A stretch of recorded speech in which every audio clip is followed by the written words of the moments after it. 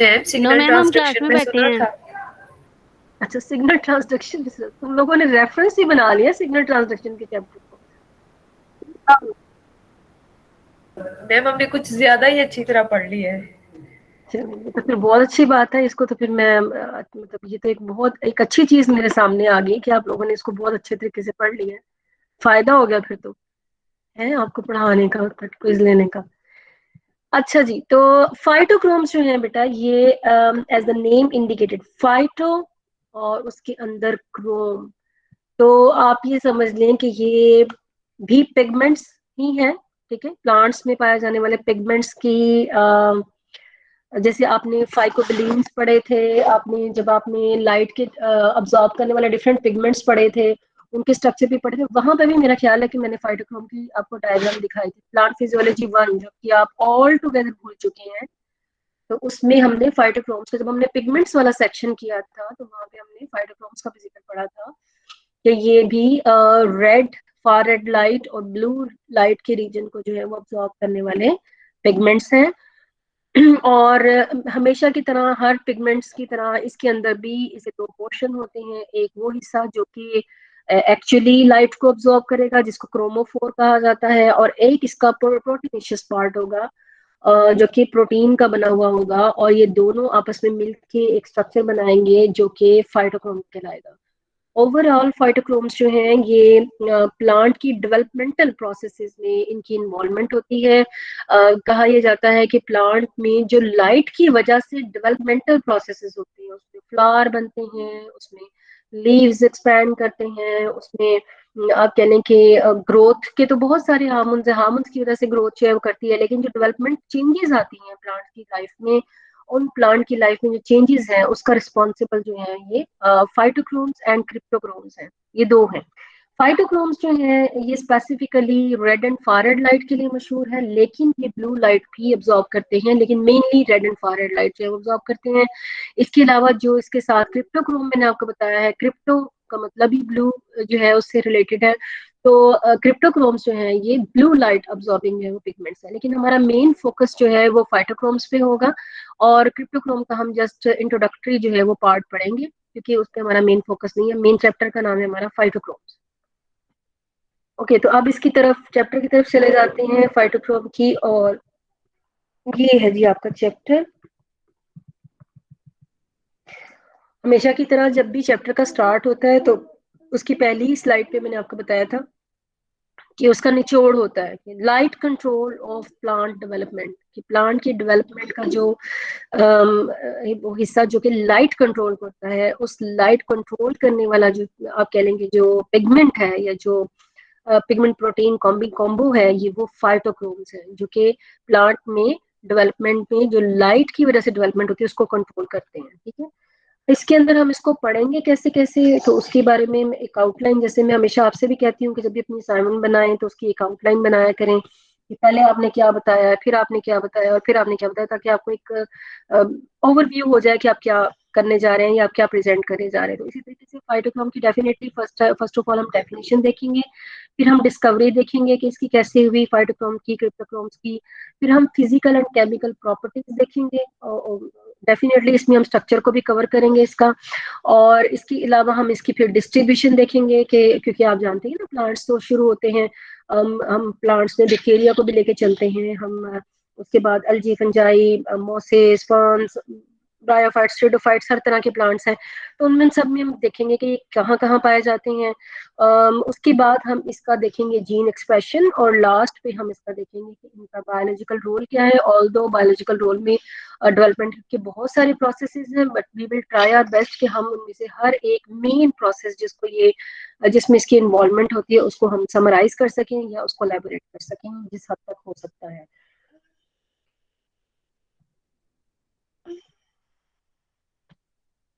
Okay बेटा, तो first of all phytochrome की डेफिनेशन, तो a plant growth regulating photo receptor protein, photo receptor protein यानी कि फोटोन को परसीव करने वाली protein, that absorbs primarily red and far red light but also absorb blue light. ठीक है, तो ये इसकी डेफिनेशन है। A plant growth regulating photo receptor protein that absorbs primarily red infrared light but can also absorb blue light is known as phytochrome. और overall ये क्या है, क्योंकि इसमें दो पार्ट आ गए, एक वो हिस्सा जो कि लाइट को अब्सॉर्ब करेगा और एक वो हिस्सा जो कि प्रोटीन का बना होगा। तो जो नॉन प्रोटीन पार्ट है उसको हम कहेंगे क्रोमोफोर। तो it has the holoprotein that contain the chromophore, और क्रोमोफोर का नाम है फाइटोक्रोमोबिलीन, हम इसको बोलेंगे, ठीक है, phytochromobilin, and are responsible for various developmental processes. ये भी आप इसकी डेफिनेशन में ऐड कर सकते हैं क्योंकि क्रोमोफोर जो है वो पहले हिस्से में इतना क्लियर नहीं है।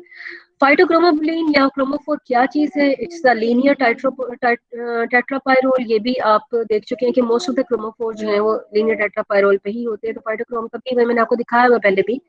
क्रोमोफोर ऑफ द फाइटोक्रोम जो है वो भी ABCD 4 रिंग्स जो कि टेट्रापायरोल यानी कि लीनियर उनकी अरेंजमेंट है, और 4 रिंग्स हैं जो कि लीनियरली अरेंज्ड है, और वो इस क्रोमोफोर को बनाते हैं। और इसके साथ एक प्रोटीन जो है वो अटैच होती है, जिसकी वजह से हम मिला के हम इसको बोलते हैं कि this one is known as phytochrome. Structure पे जाके इसकी फिर फर्दर डिटेल से बात होगी। क्लास में टाइम पे आ जाया करें, ये कहते कहते ही मेरी क्लासेस खत्म हो जाएंगी, लेकिन आप लोग इस पे अमल नहीं करेंगे। ओके, सो फोटोमॉर्फोजेनेसिस क्या होती है? बिकॉज मॉर्फोजेनेसिस यानी कि डेवलपमेंटल प्रोसेसेस जो कि, या जेनेसिस या बिगिन करना किसी प्रोसेस का, that's because of light is known as photomorphogenesis. So the influence and specific role of light on the plant development, it is known as photomorphogenesis. Seedling में देखते हैं आप कि जैसे कि लाइट जो है वो इंड्यूस करती है changes in the gene expression, जो कि फिर सपोर्ट करती है उसको अबव ग्राउंड ग्रोथ के लिए in the light and rather than below ground growth in the dark। जो डेवलपमेंट, जो आपको डेवलपमेंट का पैटर्न और जो लाइफ आपको अबव ग्राउंड यानी कि शूट में नजर आती है, आप देखते हैं कि वो ऑल टुगेदर डिफरेंट है फ्रॉम द रूट, जो कि लाइट से अवे होती है और सॉइल के अंदर होती है और वहां पे लाइट नहीं होती। तो आप देखते हैं कि दोनों में स्ट्रक्चर में, अपेयरेंस में, फिजियोलॉजी में बहुत फर्क है। And this difference is basically because of light, कि लाइट की वजह से उसमें ये डेवलपमेंट हो रही थी अब अबव ग्राउंड जो है वो पार्ट के ऊपर।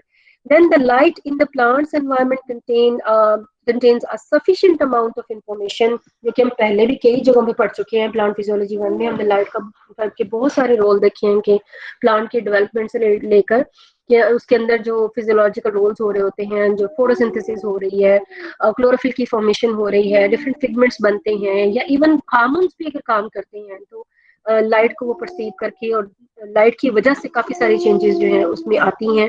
सो लाइट को कहा जाता है कि ये इंफॉर्मेशन का खजाना है, जिसको फिर डिफरेंट तरीके से डिफरेंट इंडिविजुअल्स जो है, डिफरेंट ऑर्गेनिज्म जो है यूज कर रहे हैं, और इसी की यूटिलाइजेशन को हम कहेंगे कि दिस इज, अगर प्लांट में या किसी भी ऑर्गेनिज्म को हम कहेंगे फोटोमॉर्फोजेनेसिस, और एज अ होल हम इसको बोलते हैं photomorphogenesis, not only in case of plants. So it is a central theme in the plant development, क्योंकि प्लांट ही वो मेन ऑर्गेनिजम्स हैं जो कि लाइट की वजह से बहुत ज्यादा इन्फ्लुएंस्ड होते हैं, और उनकी सारी जो स्ट्रक्चर है वो उसी पे बेस कर रहा होता है। So photomorphogenesis is the central theme of the plant development. Overall the protein, the phytochromes जो है, इनको कहा जाता है कि दिस इज ब्लू प्रोटीन। ये इसका कलर अगर आप देखें तो ये ब्लू कलर की प्रोटीन होती है, ये पिगमेंट होता है। और इसका जो मॉलिक्यूलर वेट है एक प्रोटीन का, एक स्ट्रक्चर का, जो कि क्रोमोफोर प्लस प्रोटीन जो उसके साथ लगी थी, तो जो प्रोटीन का स्ट्रक्चर है उसका जो मॉलिक्यूलर वेट है दैट इज 125 किलो डाल्टन है। And it was not identified as a unique chemical species until the 1959, because we know that कि ये वही पोर्शन अब्सॉर्ब करता है फाइटोक्रोम, जो कि क्लोरोफिल भी करता है। कोई थोड़ा बहुत याद है क्लोरोफिल आपको, कि भूल गए सारा? क्लोरोफिल का पता है कौन कौन से पोर्शन को ऑब्जॉर्व करता है लाइट के, कौन कौन से स्पेक्ट्रम को ऑब्जॉर्व करता है? हम्म।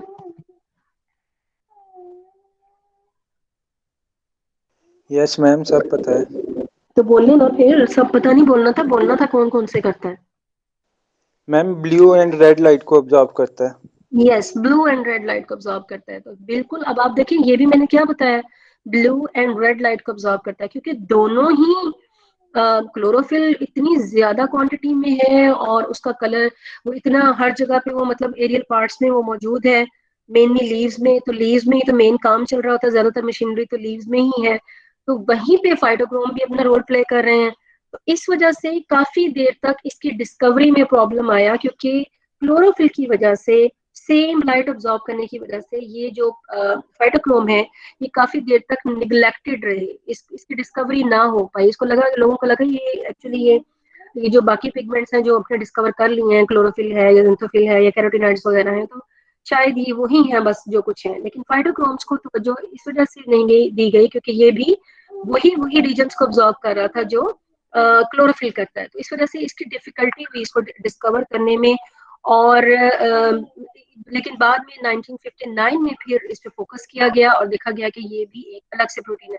Now how you can differentiate between कि आया ये काम जो है ये फाइटोक्रोम की वजह से होता है और ये काम जो है फाइटोक्रोम की वजह से नहीं होता, क्योंकि दूसरे भी पिगमेंट्स ऐसे हैं जो कि इन्हीं रीजन्स में लाइट को ऑब्जॉर्व कर रहे होते हैं। तो सिर्फ लाइट को ऑब्जॉर्व करने की बुनियाद पे आप इस पिगमेंट को डिफरेंशिएट नहीं कर सकते, बल्कि हम इसके रोल की बुनियाद पे एक्चुअली इसको डिफरेंशिएट करते हैं। मतलब एक करेक्टर तो इसका ये है कि ये blue and red and infrared light को ऑब्जॉर्व करता है, लेकिन इसके साथ साथ हमें जो इसकी वजह से जो ये काम करता है, जो चेंज आती है, उस चेंज की बुनियाद पर हम डिसाइड करते हैं कि आया ये रोल जो है ये फाइटोक्रोम का है या आया ये रोल किसी और पिगमेंट का है, जो कि मैं बाद में भी आपको बताऊंगी।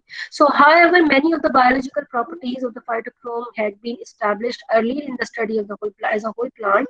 The first clue regarding the role of the phytochrome in the plant development came from studies that began in 1930s on the red light-induced morphogenic processes, and इनमें स्पेशली जो है जो ज्यादा स्टडी किया गया फाइटोक्रोम की डिस्कवरी के लिए, जो मशहूर भी है, वो सीड की जर्मिनेशन है।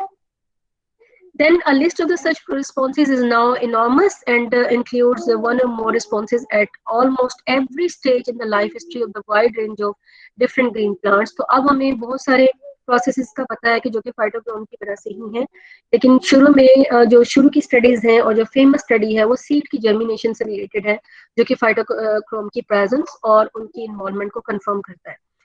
A key breakthrough in the history of the phytochrome was the discovery of the effects of red light on morphogenesis could be, ये important है line इसकी discovery के लिए, could be reversed by a subsequent irradiation with the light of longer wavelength।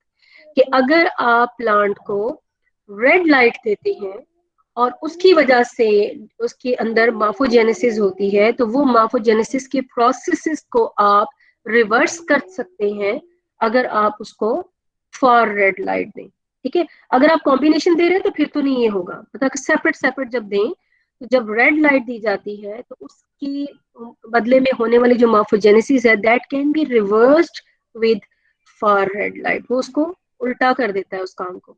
तो ये जो खूबी है ये ही इसकी डिस्कवरी का, आप कह लें कि इसकी आइडेंटिटी का एक क्लू है, एक करेक्टर है कि अगर ये काम कोई भी प्रोसेस है, चाहे वो सीड जर्मिनेशन का है, चाहे वो क्लोरोफिल की सिंथेसिस का है, चाहे कोई भी काम जो कि रेड लाइट देने से होता है और फार रेड लाइट देने से वो रिवर्स हो जाए, तो हम कहते हैं कि इसमें फाइटोक्रोम की इन्वॉल्वमेंट है। और अगर ऐसा ना हो तो फिर हम नहीं कहेंगे कि इसमें फाइटोक्रोम की इन्वॉल्वमेंट है। ठीक है, तो ये इसका आप कह लें कि ये इसका बेसिक एक क्राइटेरियन है कि जिसकी बुनियाद पे आप इसको डिफरेंशिएट करवा सकते हैं डेवलपमेंटल प्रोसेसेस को, कि which one is because of phytochrome and which is one is not because of phytochrome. So this is called the you can say the photo reversible, इसको प्रोसेस को हम बोलेंगे फोटो रिवर्सिबल। जितने भी processes हैं उनको हम कहेंगे कि दोज उनके अंदर जो है इन्वॉल्वमेंट हो सकती है, those can be involve phytochromes in their actions. So this phenomenon was first demonstrated in the germinating seed, as I told you, और अब मैं आप उसकी डायग्राम दिखा देती हूँ। तो इनिशियली जो सीड जर्मिनेशन को फाइटोक्रोम के लिहाज से स्टडी किया गया वो लेटस के सीड पे जो है वो स्टडी किया गया। इसके लिए एक बहुत अच्छी डायग्राम है जिससे बहुत अच्छा क्लियर ये हो जाता है, तो उसको जरा देख लें। इससे पहले मैं किसी निकम्मे को ऐड कर लूँ जो कि लेट आया है और अब नजर नहीं आ रहा। एनीहो जी, तो इस डायग्राम की तरफ देखें और मेरे साथ रहिएगा। ऊपर वाले टेबल को फिलहाल इग्नोर कर दें और इसको जरा देख लीजिएगा कि ये पहला है एक लेटस के सीड्स को पेट्री डिश में डाल के और इनको रखा गया है टोटली डार्क में। So you can see here कि सिर्फ एक या दो आपको जर्मिनेट किए हुए सीड जो हैं, इफ यू कैन सी नजर आ रहे होंगे, ये मैंने हाईलाइट भी कर दी है, ठीक है। ये जर्मिनेट जो व्हाइट व्हाइट आपको नजर आ रही है, सीडलिंग इसके जो है वो इसकी सीड की जर्मिनेशन हुई हुई है। लेकिन अलग से लेटेस के सीड लिए और फिर उनको सिर्फ रेड लाइट दी गई, ठीक है, रेड लाइट दी गई। तो नाउ यू कैन सी कि इस पेट्री डिश में कितने ज्यादा सीड्स हैं जो कि ग्रो किए हुए हैं। अच्छा, उसके बाद उन्होंने क्या किया कि एक अलग से पेट्री डिश ली और उसके अंदर पहले उसको रेड लाइट दी, ठीक है, और रेड लाइट देने के फौरन बाद उसको फॉर रेड लाइट दे दी। अब क्या हुआ कि रेड लाइट की वजह से जो काम हुआ था, फॉर रेड लाइट आने की वजह से वो रिवर्स हो गया। तो क्या हुआ कि सीड जर्मिनेशन अगेन वैसे ही है जैसे कि डार्क में रखने की वजह से थी, दोनों में सिमिलर पैटर्न है जर्मिनेशन का। ओके, नाउ व्हाट के अगेन उन्होंने एक और एक्सपेरिमेंट किया जिसमें रेड लाइट दी, फिर फॉर रेड लाइट दी एंड देन अगेन उसको रेड लाइट दी। तो क्या हुआ, germination again is very good. और फिर दोबारा से इसको फॉर रेड लाइट दी तो रिवर्स हो गया, ठीक है। मतलब ये इसी पेट्री डिश की हम बात नहीं कर रहे, इसमें तो जर्मिनेशन हो गई ना, हम दूसरे इसमें बात कर रहे हैं नेक्स्ट में कि रेड दी, फिर फॉर रेड लाइट दी, फिर रेड दी और फिर फॉर रेड लाइट दी। तो इसमें जो जर्मिनेशन का प्रोसेस होना था उसने फॉर रेड लाइट ने उसको स्टॉप कर दिया, फिर रेड लाइट आई उसने उसको इनिशिएट करवा दिया, लेकिन फिर फॉर रेड लाइट दे दी तो उसने उसको स्टॉप कर दिया। तो अल्टीमेट डिसीजन ये होगा कि लास्ट पे आपने क्या दिया है, क्या रेड दिया है तो वो जर्मिनेट कर जाएगा, और अगर लास्ट में फार रेड है तो वो जर्मिनेट नहीं करेगा, ठीक है। तो ये जो एक्सपेरिमेंट है इसने फर्स्ट टाइम कंफर्म किया कि ये जो फाइटोक्रोम्स हैं इनकी involvement in the seed germination. इसके अलावा फिर नंबर ऑफ प्रोसेसेस हैं जिनको देखा गया है कि वो फाइटोक्रोम्स की वजह से होती हैं, जैसे कि यहाँ पे ऊपर वाले टेबल में दिखाया गया है। एंजियोस्पर्म में लेटस के सीड्स में इसका एक्सपेरिमेंट जो कि प्रमोट करता है जर्मिनेशन को। एविना में सीडलिंग की एटियोलेशन जो है, एटियोलेशन जो है, डीएटियोलेशन जो है,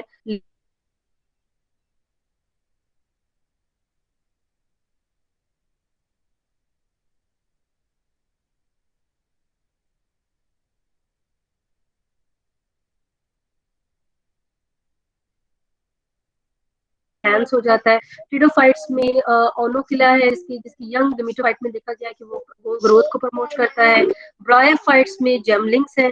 इसके अलावा जो कि रेप्लिकेशन ऑफ प्लास्टिड्स के लिए इंपॉर्टेंट है। और इसी तरीके से क्लोरोफाइट्स में देखा गया है कि अगर आप लाइट्स को देते हैं फाइटोक्रोम्स की वजह से, तो ये फाइटोक्रोम्स जो है क्लोरोप्लास्ट को विद इन द सेल उनकी ओरिएंटेशन जो है वो चेंज कर देते हैं अकॉर्डिंग टू द लाइट। जिस तरफ लाइट होगी तो उसकी जो क्लोरोप्लास्ट है वो उस तरफ को अकोमोडेट हो जाएंगे।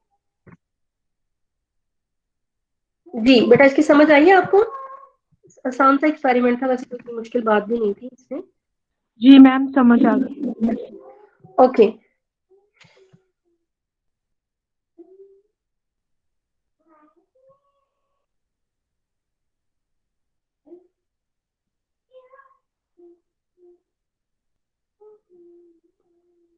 मेरा क्लास तो डिस्कनेक्ट हो रही है बट मैं इसके लिए तो कुछ नहीं कर सकती, रिकॉर्डिंग मिल जाएगी आपको, फिर आप उससे देख लीजिएगा, ठीक है। इसी को सामने, इस एक्सपेरिमेंट को सामने रखते हुए, मतलब आप अभी ना सोचें कि इसमें फाइटोक्रोम्स की इन्वॉल्वमेंट है, आप अभी सोचें कि रेड लाइट दी है तो जर्मिनेशन हो रही है, फॉर रेड लाइट दी है तो जर्मिनेशन नहीं हो रही।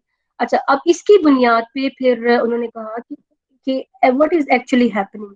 तो दो तरह की इंटरप्रिटेशन जो है वो इसमें से निकाली गई। नंबर एक के ये जो लिखी हुई है कि one is that there are two pigments, एक जो लाइट रेड लाइट को ऑब्जॉर्व करता है और एक है जो फार रेड लाइट को ऑब्जॉर्व करता है, और दोनों पिगमेंट्स जो हैं वो एक दूसरे से बिल्कुल मुखालिफ सिंथ में काम करते हैं सीड जर्मिनेशन की रेगुलेशन के लिए। एक तो हाइपोथेसिस ये बना इससे, इस पूरे एक्सपेरिमेंट से।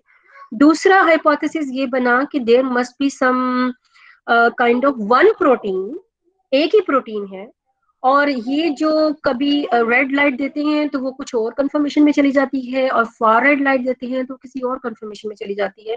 तो पहला कॉन्सेप्ट क्या कहता है कि दो प्रोटीन है, दो पिगमेंट्स हैं, एक रेड को ऑब्जॉर्व करता है, दूसरा फार रेड को ऑब्जॉर्व करता है, और एक दूसरे के एंटागोनिस्टिकली वो काम करते हैं, एक दूसरे के एंटी हैं वो। जबकि दूसरा हाइपोथेसिस कहता है कि जो एक ही प्रोटीन है लेकिन रेड लाइट को ऑब्जॉर्व करके उसकी कंफर्मेशन चेंज हो जाती है, वो किसी और कंफर्मेशन में चली जाती है, और फार रेड लाइट को ऑब्जॉर्व करके वो किसी और कंफर्मेशन में आ जाती है, और इसी कंफर्मेशनल चेंजेस की वजह से सीड की जर्मिनेशन जो है वो मुतासिर हुई है in the red light and in the far red light. अच्छा, ये जो सिंह जो दूसरा ये दोनों हाइपोथेसिस जो थी ये बॉर्थविक ने दिए थे 1952 में। मैंने आपको जैसे आपको पहले बताया भी है कि 1960s में जाके तकरीबन ये जो है ये इसकी डिस्कवरी हुई थी फाइटोक्रोम्स की। और उसके बाद फिर जो स्टडीज आई तो उनमें से सबसे मशहूर जो या जिसको कहा गया कि ये ज्यादा सही है, इसको ज्यादा आप कह लें कि प्लॉजिबल है और एक्सेप्ट किया जा सकता है, वो सेकंड वाला हाइपोथेसिस था जो कि अब कंफर्म भी हो गया है कि ये दुरुस्त है अब तक जितना भी हमारे पास नॉलेज है, कि एक ही प्रोटीन है और वो रेड लाइट को भी ऑब्जॉर्व कर सकती है और वो फार रेड लाइट को भी ऑब्जॉर्व कर सकती है। लेकिन जब वो रेड लाइट को ऑब्जॉर्व करती है तो वो अपनी कंफर्मेशन को चेंज करके किसी दूसरी कंफर्मेशन में चले जाती है, और जब वो फार रेड लाइट को ऑब्जॉर्व करती है तो एक्चुअली वो वापस अपनी पहली कंफर्मेशन में वापस आ जाती है। और इस लाइट की ऑब्जॉर्व करने की वजह से ही और कंफर्मेशन के चेंज होने की वजह से ही ये जो रिएक्शंस की या जो प्रोसेसेस हैं इनकी फोटो रिवर्सिबिलिटी जो है ये इसकी वजह से है। सो this was the first time, और ये फोटो रिवर्सिबिलिटी होना ही फाइटोक्रोम्स की यूनिकनेस है, और इसी की बुनियाद पे इनको जो है वो आप कह लें कि इन विट्रो एक्सपेरिमेंट्स में इनको कंफर्म भी किया गया। और बाद में हमने देखा कि वाकई में ये बोर्थविक ने कहा, सॉरी बटलर ने कहा कि ये वाकई में ऐसा है और ये एक ही प्रोटीन है, जिसको फिर जो है आप कह लें कि वो डिफरेंट लाइट की रीजन्स में ये डिफरेंटली बिहेव करती है और अपनी कंफर्मेशन को चेंज कर देती है। अच्छा, now now we know that कि जो इसका अब तक की जो हमारी इंफॉर्मेशन है वो ये है कि फाइटोक्रोम्स ऐसे हैं जो कि प्लांट की मॉर्फोजेनेसिस में इन्वॉल्व हैं और डिफरेंट डेवलपमेंटल प्रोसेसेस में, जिसमें सीडलिंग से लेकर यंग प्लांट, अडल्ट प्लांट, उसके बाद यील्ड वाले प्लांट, मतलब बिल्कुल जो मेच्योर प्लांट है वहां तक इनका रोल हो सकता है। इनका रोल होता है बिकॉज ऑफ द लाइट, और ये एक प्रोटीन है जो कि दो तरह की कंफर्मेशन में पाई जाती है, और ये फोटो रिवर्सिबल है। और इसी फोटो रिवर्सिबिलिटी को कहा जाता है कि this is the hall mark of phytochrome reaction, phytochrome action. और होता एक्चुअली क्या है, तो ये सिंपली एक छोटी सी आप कह लें कि ये एक रिप्रेजेंटेशन है, ये जो नीचे लिखी हुई है कि फार रेड लाइट में, सॉरी रेड लाइट को जो ऑब्जॉर्व करता है प्रोटीन जिस कंफर्मेशन में वो होती है उसको हम रिप्रेजेंट करते हैं PR से, फाइटोक्रोम रेड से जिसको हम रिप्रेजेंट करते हैं PR से, और फार रेड लाइट को जो ऑब्जॉर्व करती है प्रोटीन उसको हम कहते हैं मतलब जो कंफर्मेशन उसको हम कहते हैं फाइटोक्रोम PFR। तो यू कैन से कि फाइटोक्रोम्स जो है वो अपनी टू फॉर्म्स में पाया जाता है, वो जो कि रेड लाइट को ऑब्जॉर्व करता है और वो जो कि फार रेड लाइट को ऑब्जॉर्व करता है। जब एक्चुअली फाइटोक्रोम रेड जो है वो रेड लाइट को ऑब्जॉर्व करता है तो एक्चुअली वो रेड लाइट को ऑब्जॉर्व करने के बाद फाइटोक्रोम PFR में कन्वर्ट हो जाता है। और इसी तरीके से फाइटोक्रोम PFR जो फार रेड लाइट को ऑब्जॉर्व करता है तो एक्चुअली लाइट वो फॉर इट ऑब्जॉर्व कर रहा होता है लेकिन कन्वर्ट वो हो जाता है इनटू द PR फॉर्म। ठीक है, और इन दोनों में से जो PFR है उसके बारे में कहा जाता है कि this is actually responsible for any kind of change because of phytochromes. कि अगर हम कहें ना कि दोनों फॉर्म्स में से एक्टिव फॉर्म कौन सी है या बायोलॉजिकली इंपॉर्टेंट फॉर्म कौन सी है जो कि कोई परफॉर्मेंस कर सकती है, जो कि परफॉर्म कर सकती है किसी फंक्शन को, दैट इज PFR फॉर्म। तो इससे हमें एक और बात भी हमें पता चली कि अगर हम कोई बायोलॉजिकल रोल या डेवलपमेंटल प्रोसेस जो कि फाइटोक्रोम्स की वजह से हो रहे हैं तो वो एक्चुअली तब होंगे जब वो रेड लाइट को ऑब्जॉर्व करके PFR फॉर्म में कन्वर्ट होंगे। अगर आप उनको रेड लाइट देंगे तो वो PR से PFR में कन्वर्ट होते रहेंगे और PFR फॉर्म में वो अपने फंक्शन को प्ले करेंगे। बट अगर आपने रेड लाइट देनी बंद कर दी और या रात का टाइम आ गया तो वही फंक्शन जो है वो होना स्टॉप हो जाएंगे, क्योंकि PFR जो है वो PR में कन्वर्ट हो जाएगा, उसकी कंफर्मेशन चेंज हो जाएगी। नाउ गोइंग टुवर्ड इट्स जी बेटा बोलिए। मैम ये जो पिगमेंट है ये तो जब लाइट को ऑब्जॉर्व करेंगे तो ये तो दोनों किस्म की लाइट को ऑब्जॉर्व करेंगे ना, रेड को भी करेंगे, फार रेड को भी, फार रेड लाइट को भी ऑब्जॉर्व करेंगे। हाँ जी। तो मैम ये जो प्रोसेस है ये मतलब कि ये एक दूसरे में इंटर कन्वर्टिबल ही होते रहेंगे, मतलब ये तो नहीं हो सकता ना कि एट अ टाइम हम एक रेड दे रहे हैं या फार रेड दे रहे हैं, इस तरह तो नहीं हो सकता ना।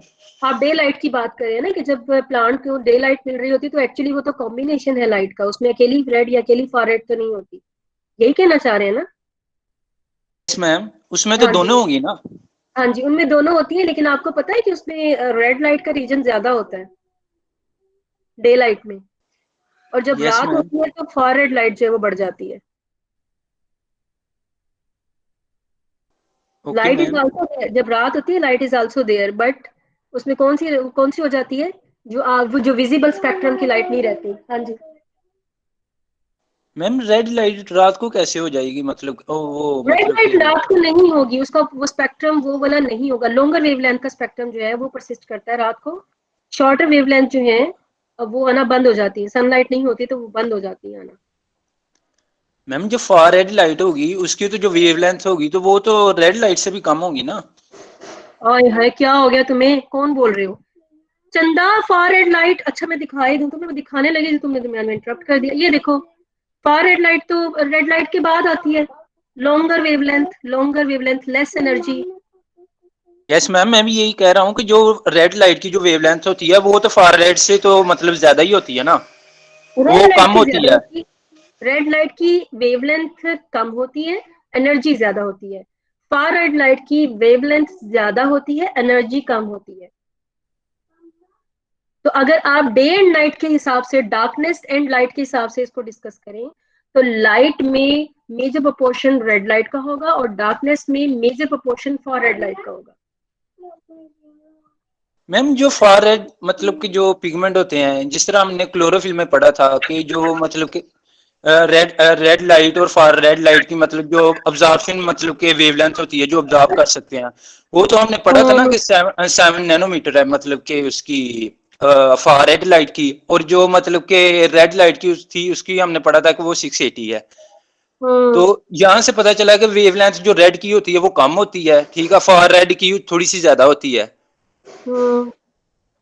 तो यही मैं कह रहा हूँ कि मैम जो जब मतलब कि पिगमेंट में जो लाइट पड़ेगी, अगर मिसाल के तौर पर फाइटोक्रोम पे लाइट पड़ती है एट ए टाइम दिन हम्म। के वक्त, तो वो हम्म। तो दोनों पड़ेंगी ना, वो तो रेड भी पड़ेगी और लाइट भी पड़ेगी। आगे मतलब कि पिगमेंट का काम होता है कि भाई उसने कौन सी ऑब्जॉर्व करनी है और कौन सी नहीं करनी। हाँ जी, बिल्कुल ऐसे ही है। यस अगर मैम। अगर उसको रेड लाइट मिल रही होगी ज्यादा तो वो जाहिर रेड को ही एब्जॉर्ब करेगा, ठीक है, और पीएफआर में कन्वर्ट हो जाएगा। और अगर उस टाइम पे उसको फॉरवर्ड लाइट ज्यादा मिल रही होगी तो वो पीएफआर से पीआर में कन्वर्ट हो जाएगा।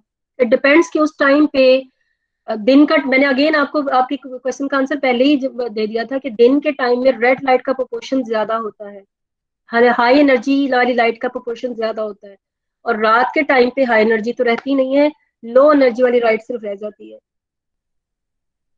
Okay ma'am. हाँ जी। और अगर आप इसकी वेवलेंथ से कंफ्यूज हो रहे हैं तो बेटा ये बात तो जब मैंने आपको वेवलेंथ पढ़ाई थी तभी बताई थी कि ये जो हमने डिमार्केशन की हुई है ना कि 240 से लेकर 320 तक जो है वो अल्ट्रा वायलेट रीजन है, और 320 से लेकर और इतना जो है वो ब्लू रीजन है, और आगे जो ग्रीन रीजन है और आगे रेड रीजन है।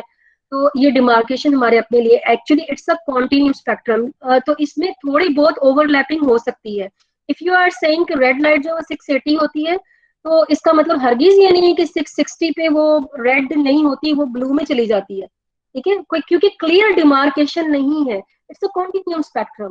तो देर कैन बी ओवरलैपिंग, और 20 जो लेमडा है उसका डिफरेंस, बल्कि 20 से भी ज्यादा सम टाइम तो आपको देखने में 40 तक लेमडा का जो डिफरेंस है वो मिलता है। मतलब 40, अगर आप 700 से ऊपर चले जाएंगे या 47 से लेस चले जाएंगे तो कुछ लोग जो है 680 तक रेड कहेंगे, कुछ लोग कहेंगे 700 तक जो है वो रेड है, कुछ कहेंगे 720 तक रेड है, उसके बाद फार रेड है, ठीक है। तो इट्स अ कॉन्टिन्यूम स्पेक्ट्रम, तो थोड़ी बहुत ओवरलैपिंग वेवलेंथ की हो सकती है, ये कोई बड़ी बात नहीं है। Okay ma'am, I got it. Overall you have to describe कि लॉन्गर वेवलेंथ है या शॉर्टर वेवलेंथ है, मतलब उनका आपस में आप कंपैरिजन कर सकते हैं। या ओवरऑल जिस तरह हम कहते हैं ना कि एक बंदा हाइट में ज्यादा है, और नहीं, ये भी हाइट भी जो है वो मेजरेबल है। ये इन आप कह लें कि ये वैसा है जैसे जो कि मेजरेबल में ना हो, जैसा कि आप कहें कि ब्राइटनेस जैसे आप कहते हैं कि ये अगर आप दो दो जगहों को कंपेयर करते हैं, एक जगह पे आपको ज्यादा ब्राइटनेस नजर आ रही होती है, एक जगह पे आपको कम ब्राइटनेस, आप कहेंगे यहाँ ज्यादा है यहाँ कम है, लेकिन आप ये नहीं कहेंगे कि ये कितनी ज्यादा है और ये कितनी कम है, ठीक है। तो उसको डिस्क्राइब करते हुए there can be an overlapping, लेकिन ओवरऑल आप उसको दो ही कैटेगरीज में डिवाइड करेंगे, मोर ब्राइटनेस लेस ब्राइटनेस, ठीक है, ये इस तरीके से आप इसको एक्सप्लेन कर सकते हैं। Okay ma'am. ओके, तो ये मैं बात कर रही थी। अच्छा, इसी के पॉइंट्स, ये जो भी इसमें से एक पॉइंट अच्छा भी निकाला, ऑल्दो कि ये थोड़ी ऐसी ही थी डिस्कशन, लेकिन ये कि एक इसमें एक पॉइंट अच्छा है, वो ये कि जब क्योंकि लाइट जो है वो कॉम्बिनेशन है, जैसे हम बात भी कर रहे हैं कि डे लाइट में कॉम्बिनेशनल जो है वो लाइट आ रही होती है, पूरा फुल स्पेक्ट्रम आ रहा होता है। तो ऐसा नहीं होता कि पूरा का पूरा पी आर जो है वो टोटली कन्वर्ट हो जाए into the P F R. And similarly अगर आप पी एफ आर मतलब फार रेड लाइट ही देते रहें, कॉन्टिन्यूसली देते रहें, तो ऐसा कभी भी नहीं होगा कि जितना पूरा का पूरा पी एफ आर है वो पूरा का पूरा कन्वर्ट हो जाए इनटू पी आर। तो अगर आप सिर्फ रेड लाइट देते रहे तो जो टोटल पी एफ आर में कन्वर्ट होगा वो टोटल पी आर का 85% होगा, यानी कि 15% कॉन्टिन्यूसली रेड लाइट देने के बावजूद भी पी आर फॉर्म में ही रहेगा। ठीक है, ये भी इसका एक करेक्टर है। दूसरा ये कि जब आप फार रेड लाइट देते रहते हैं, कॉन्टिन्यूसली फार रेड लाइट देते रहते हैं, तो ऐसा नहीं होता कि टोटल पी एफ आर जो है वो पी आर में कन्वर्ट हो जाए, तो लेकिन उसका प्रोपोर्शन ज्यादा है। जब पी एफ फार रेड लाइट आप देते रहेंगे तो पी एफ आर जो है 97% जो है वो पी आर में कन्वर्ट हो जाएगा, 3% जो है वो पी एफ आर में ही रहेगा, बेशक आप उसको जितनी मर्जी देर के लिए, जितनी मर्जी प्योरिटी की फार रेड लाइट देते रहे। ठीक है, तो ये इसको हम बोलते हैं कि ये जो एक मैक्सिमम लिमिट है, कि यानी कि इसके बाद देर इज नो चेंज, आप फार रेड लाइट देते रहे मैक्सिमम 97% ही जो पी एफ आर है उसमें पी आर में कन्वर्ट होना है। तो this one is known as photo stationary stage, यानी कि फोटो स्टेशनरी रेट के इस स्टेट के बाद आप और भी लाइट देते रहेंगे तो there will be no change. इसका मतलब ये है कि जब भी आप किसी सैंपल को लेंगे, किसी प्लांट सैंपल को लेंगे या किसी भी सैंपल को लेंगे, तो उसमें at the same time P F R भी मौजूद होगा और पी आर भी मौजूद होगा। डिपेंड करेगा कि अगर उसको डे लाइट या ब्राइट लाइट मिल रही है तो उसमें पी एफ आर का प्रोपोर्शन ज्यादा होगा, और अगर उसको नाइट या डार्कनेस मिल रही है तो उसमें पी आर का प्रोपोर्शन ज्यादा होगा, बट टोटली पी आर नहीं होगा। ये पॉइंट भी नोट कीजिएगा। जी बेटा, अब कौन आ गया है? टाइम पे आया करें बच्चे, टाइम पे आया करें, बार बार आप डिस्टर्ब करते हैं, अच्छा नहीं लगता, कंटिन्यूटी जो है ना वो डिस्टर्ब हो जाती है लेक्चर की। ओके, अब हम जाते हैं इसके स्ट्रक्चर के ऊपर, ताकि फिर आपको और ज्यादा क्लैरिटी हो कि मैं ये क्या कहना चाह रही हूँ, और ये किस तरीके से कौन सा पोर्शन इसका जो है, ये बात तो हमने कर ली है। अभी जो बच्चा क्वेश्चन कर रहा था, मेरा ख्याल है एहसन था, एहसन आप थे जो क्वेश्चन कर रहे थे, if I am not yes ma'am. Wrong. Okay, तो ये देखें, ये मैंने खोला भी था लेकिन शायद मैं इसके हवाले से बात नहीं कर सकी। तो ये रेड लाइट और फार रेड लाइट, तो फार रेड लाइट जो है वो रेड लाइट के बाद वाला रीजन है, स्पेक्ट्रम का वो रीजन है जहाँ पे वेवलेंथ जो है वो लॉन्गर हो जाती है और एनर्जी जो है वो कम हो जाती है। तो इसको आप कह लें कि this one is day light का पोर्शन है and this one is the वो पोर्शन जिसके अंदर डार्कनेस में जो ज्यादा होता है पोर्शन।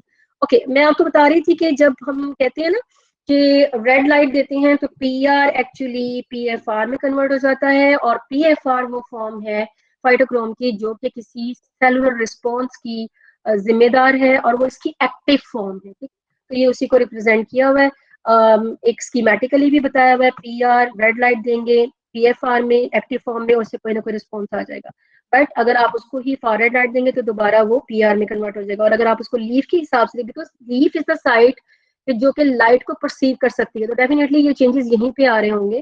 तो लीफ में फाइटोक्रोम्स में लीफ के अंदर जो फाइटोक्रोम पाए जाते हैं, तो पी आर से वो व्हाइट लाइट या रेड लाइट आप देंगे। देखिए यहाँ पे आप उन्होंने ऑप्शन दे, क्योंकि व्हाइट लाइट में कॉम्बिनेशन है ना, तो मेजर पोर्शन जो है वो रेड लाइट का उसमें आ जाता है।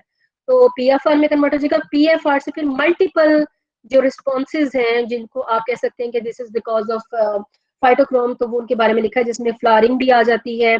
और short day long day plants जो हैं वो भी इन्हीं पीएफआर की क्वांटिटी पे ही बेस करते हैं कि पीएफआर की कितनी क्वांटिटी होगी तो शॉर्ट डे होंगे, कितनी क्वांटिटी होगी तो लॉन्ग डे होंगे। इन जो यहाँ पे लिखा भी हुआ है कि जो शॉर्ट डे प्लांट है एसटीपी, शॉर्ट डे प्लांट्स है उनमें पीएफआर की कंसंट्रेशन लो होती है, और जो लॉन्ग डे प्लांट्स है उनमें पीएफआर की कंसंट्रेशन हाई होती है। इसी तरीके से जो जीन को ट्रिगर कर सकते हैं फाइटोक्रोम्स में, वो प्रोसेस है जो कि जिनमें जीन भी ट्रिगर होते हैं, जीन के साथ लिंक करके उन्हें काम करना होता है, जैसे कि हार्मोन्स हैं, फ्लोरिजन, जिनकी वजह से फ्लावरिंग होती है प्लांट्स की। तो ये भी डेवलपमेंटल प्रोसेस है कि प्लांट जो है वो अपनी एक स्टेज से निकल के दूसरी स्टेज में चला जाता है। तो this is because of the phytochrome, और इस तरीके से ये परफॉर्म होती है। अच्छा, अब हम आते हैं इसके स्ट्रक्चर की तरफ। बाद में मैंने बात बहुत पहले ही स्टार्ट की थी कि स्ट्रक्चर की तरफ आते हैं, तो दरमियान में और बातें शुरू हो जाती हैं। तो ये है बेटा इसके दो हिस्से, मैंने आपको बताया था ना, एक उसका है क्रोमोफोर रीजन और एक उसका है प्रोटीन पार्ट। अच्छा, जो क्रोमोफोर रीजन है मैंने वो भी आपको बताया था कि इसको हम कहेंगे फाइटोक्रोमोबिलीन, और ये एक टेट्रापायरोल है, जिसकी टेट्रापायरोल मतलब कि 4 इसके रिंग्स है, और वो लीनियर टेट्रापायरोल है। तो A B C D structure आपने पहले भी पढ़ा हुआ है, ए बी सी डी, ये जो हिस्सा है इसका, ये इसका क्रोमोफोर है, और ये क्रोमोफोर ही है जिसके अंदर कन्फॉर्मेशनल चेंजेस आती हैं। तो ये पीएफआर फॉर्म में चला जाता है या पीआर फॉर्म में चला जाता है। तो एक्चुअली जो सिस फॉर्म होती है, ये इसकी जरा ये हिस्सा देख लीजिएगा, जो सिस फॉर्म है वो पीआर फॉर्म है, और जो ट्रांसफॉर्म है that is it's PFR form. यानी कि रेड लाइट देते हैं तो सिस ट्रांस में कन्वर्ट हो जाता है, और फार रेड लाइट देते हैं तो ट्रांस सिस में कन्वर्ट हो जाता है। तो ये था इसका क्रोमोफोर का रीजन। अब क्रोमोफोर के साथ मैंने आपको बताया कि इसके साथ एक प्रोटीन भी अटैच होती है। प्रोटीन दोनों की सेम है, चाहे वो पीआर हो चाहे वो पीएफआर हो, दोनों की सेम है। सेम आप उसकी ये नोटिस भी कर सकते हैं, इसके अमीनो एसिड का सीक्वेंस देख लें, सेम होगा क्योंकि इसमें कोई चेंज नहीं होना, वही प्रोटीन है, लेकिन उसमें ये कन्फर्मेशन चेंजेस आ रही हैं उसके साथ। मेन चेंजेस जो है वो यहाँ पे है। प्रोटीन के पार्ट में कोई आती हो तो अभी तक मुझे उसकी डिटेल याद नहीं है, अगर कोई हो तो मैं अभी उसके बारे में कह नहीं सकती, लेकिन मेन चेंज जो पीआर को पीएफआर से डिफरेंशिएट करवाती है वो यही वाला हिस्सा है जो कि क्रोमोफोर का रीजन है। अच्छा, प्रोटीन जो है वो टेट्रापायरोल से ये सिस्टीन में, आपको पता है ना, सिस्टीन एक ऐसा अमीनो एसिड है जिसके अंदर सल्फर पाई जाती है, और यहाँ पे भी सल्फर मौजूद है। तो इस तरीके से ये इसके साथ जो है वो आप कहने के थायो ईथर लिंकेज बनाता है प्रोटीन क्रोमोफोर के साथ, और इस तरीके से ये आपस में लिंक्ड होते हैं। एक और भी इंटरेस्टिंग चीज ये है कि जो पीआर है या पीएफआर है, ये सिंगल पेप्टाइड की या सिंगल क्रोमोफोर की फॉर्म में ये नहीं पाया जाता, बल्कि ये एक डायमर की फॉर्म में पाया जाता है। यानी कि एक प्रोटीन दूसरी प्रोटीन के साथ, ये एक प्रोटीन है, इसी तरह एक और प्रोटीन होगी, ठीक है, और उसके साथ ये जुड़ा हुआ होगा, और ये डायमेरिक है। ये जो मैं आपको कह रही हूँ ना कि एक पॉलीपेप्टाइड का जो वजन है वो 125 है, तो जब हम पूरे डायमर की एक यूनिट की बात करेंगे जो कि डायमर पे मुश्तमिल है, तो उसका फिर वजन जो है वो उसका डबल हो जाएगा, यानी कि 250 किलो डाल्टन हो जाएगा, ठीक है। 125 एक प्रोटीन का, 125 दूसरी जिसके साथ वो डायमराइजेशन जो है वो कर रहा है। तो इस तरीके से ये इसके रीजन से डिफरेंट। अच्छा, अब इसको अगर आप, ये तो था क्रोमोफोर का हिस्सा जो कि हमने पहले भी डिस्कस किया हुआ है। अब हम जाते हैं इसकी प्रोटीन के पार्ट में। वो ये जो क्रोमोफोर मैंने आपको पिछले डायग्राम में दिखाया है, वो अगले डायग्राम में वो इससे रिप्रेजेंट किया है। ये जो ब्लू पार्ट है ये क्रोमोफोर है, ठीक है, जो कि पिछली वाले डायग्राम में एक्सप्लेन है।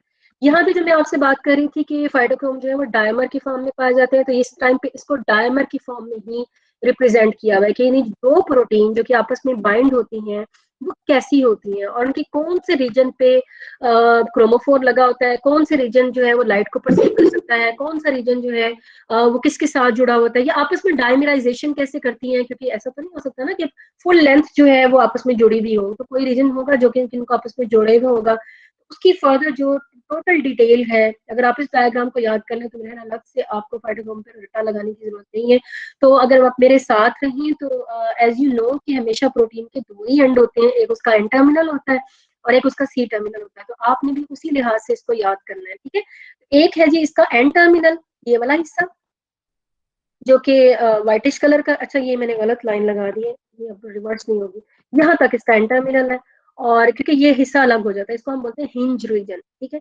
ये एन टर्मिनल है, और ये वाला हिस्सा जो इसको आप सी टर्मिनल कंसिडर कर लें। ओके, जो एन टर्मिनल है इसके ऊपर क्या क्या पाया जाता है, इसके ऊपर एक तो इसकी इंपॉर्टेंस ये है कि एन टर्मिनल पे ही वो जगह है जहाँ पे फाइटोक्रोम जो है वो प्रोटीन के साथ आके बाइंड करता है, मतलब सी टर्मिनल में कोई ऐसी जगह नहीं है कि जहाँ पे फाइटोक्रोम बाइंड करे, तो लिहाजा एन टर्मिनल वाला पोर्शन ही लाइट की अब्सॉर्बेंस का बाइस है because of its attachment with the chromophore, ठीक है। तो क्रोमोफोर की अटैचमेंट की वजह से ये हिस्सा लाइट को परसीव कर सकता है। अच्छा, अब क्रोमोफोर की अटैचमेंट की ही वजह से जब लाइट परसीव होगी यहाँ पे, तो actually this can cause phosphorylation of the hinge region. ये जो आपको एस से रिप्रेजेंट करें, ये इतना हिस्सा जो है दिस इज हिंज रीजन। और अगर आप एन टर्मिनल को भी फर्दर डिवाइड करना चाहें तो वो हिस्सा जो कि सिस्टीन रेजिड्यू रखता है और वो क्रोमोफोर्स के साथ बाइंड करता है। देन उसके साथ towards C terminal P4 region है and towards N terminal P1 region है, और क्योंकि दूसरा भी उसका सेम है तो उसको एक्सप्लेन करने की अगेन जरूरत नहीं है। अच्छा, इसके अलावा हिंज रीजन की स्पेशलिटी ये है कि ये सी टर्मिनल वाले हिस्से को एन टर्मिनल वाले हिस्से के साथ जोड़ता है, बाइंडिंग साइट है, ब्रिज है, ये लिंक है जो कि एक दोनों हिस्सों को आपस में जोड़ता है। और इसकी खासियत ये है कि यही वो जगह है जहां पे लाइट को परसीव करने के बाद फास्फोराइलेशन होती है और प्रोटीन अपनी एक्टिव फॉर्म में आती है, कोई भी फंक्शन प्ले करने के लिए अपनी एक्टिव फॉर्म में आती है, तो उसके लिए इसको फास्फोराइलेट होना जरूरी है, और वो फास्फोराइलेशन होती है इंटर्न लाइट की वजह से, और वो इंटर्न अब्सॉर्ब होती है इन द क्रोमोफोर रीजन, और वो उसका एन टर्मिनल के साथ जो है वो अटैच है। Going toward the C terminal, there are two distinct part which you can describe. One is the aspartate region, जिसको D से represent किया गया है। As you people know, कि aspartate को simply one letter representation के साथ जो represent करते हैं, जो D से represent करते हैं, तो aspartate region है इसका। aspartate region की importance ये है कि यही वो जगह है जहाँ पे दोनों प्रोटीन, दोनों पॉलीपेप्टाइड आपस में जुड़कर डाइमेराइजेशन करती है, यानी कि सिर्फ इसी जगह पे दो प्रोटीन आपस में मिली हुई थी, और बाकी सारा पार्ट जो है वो एक दूसरे से अलाइन तो होता है लेकिन सेपरेट होता है। तो सिर्फ यही वो पॉइंट है कि जहाँ पे दोनों पॉलीपेप्टाइड जो है वो आपस में जुड़ी हुई हैं। Then another important part of the C termini is the histidine kinase binding site related domain, जिसको कह रहे हैं H, histidine kinase K related R and domain से D, ठीक है, H K R D। तो ये जो रीजन है ये एस्पार्टिक एसिड के बाद ये इंपॉर्टेंट रीजन है जो कि सी टर्मिनल की तरफ जो है वो पाया जाता है। तो फास्फोराइलेशन का मैंने आपको बताया सिर्फ हिंज रीजन पे होती है। हिंज जो है सी को एन के साथ जोड़ता है। एन को फर्दर आप 3 हिस्सों में डिवाइड कर सकते हैं, P1, P4 and cysteine residue containing region which is bind to the chromophore, and इसके अलावा हिंज रीजन, एंड देन उसके बाद सी टर्मिनल जिसमें डी है और एच के आर डी है। ओवरऑल अगर आप लेंथ के हिसाब से देखें तो अकेला ये जो यूनिट है this is about 125 kilo Dalton, और अगर आप इसको एज अ होल देखें तो this is about 250 kilo Dalton. और इसके अलावा अगर आप उसके को भी फर्दर जो है वो आप कह लें कि तोड़ें तो ये जो एन टर्मिनल वाला हिस्सा है ये ज्यादा लंबा होता है as compare to C terminal. C terminal 55 kilo dalton का होता है और एन टर्मिनल जो है ये तकरीबन 70 किलो डाल्टन का होता है, ये ज्यादा लॉन्ग रीजन होता है as compare to C terminal. So this was all about the structure, और अगर आपको इससे रिलेटेड कोई क्वेश्चन पूछना है तो आप मुझे बता दें, बाकी की डिटेल अगर आप देख ही लेंगे, मैं सारी आपको बता चुकी हूँ जो भी डिस्क्रिप्शन यहाँ पे लिखी हुई है। जी